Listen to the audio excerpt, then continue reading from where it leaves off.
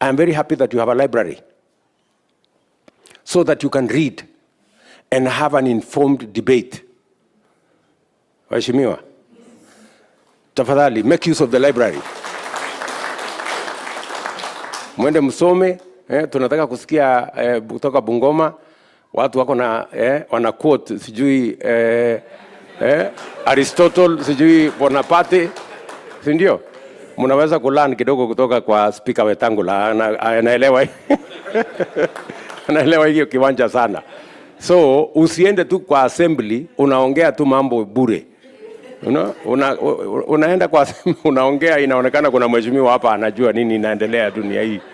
So I encourage you to read so that you can have a debate that enriches the welfare of humanity and the people of Bungoma.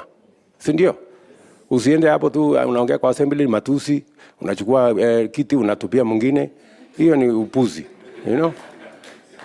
Wacha hapa tuone ideas, you know? Tuone vile watu wanaelewa vile mambo inavyoendeshwa. So read, and I'm happy, Bwana Speaker, make sure the library is equipped. Na mimi nataka nimwambie Owalo, make also sure that we assist. I saw Waziri Owalo somewhere, yes. Make sure we assist them with a digital library. Sindio?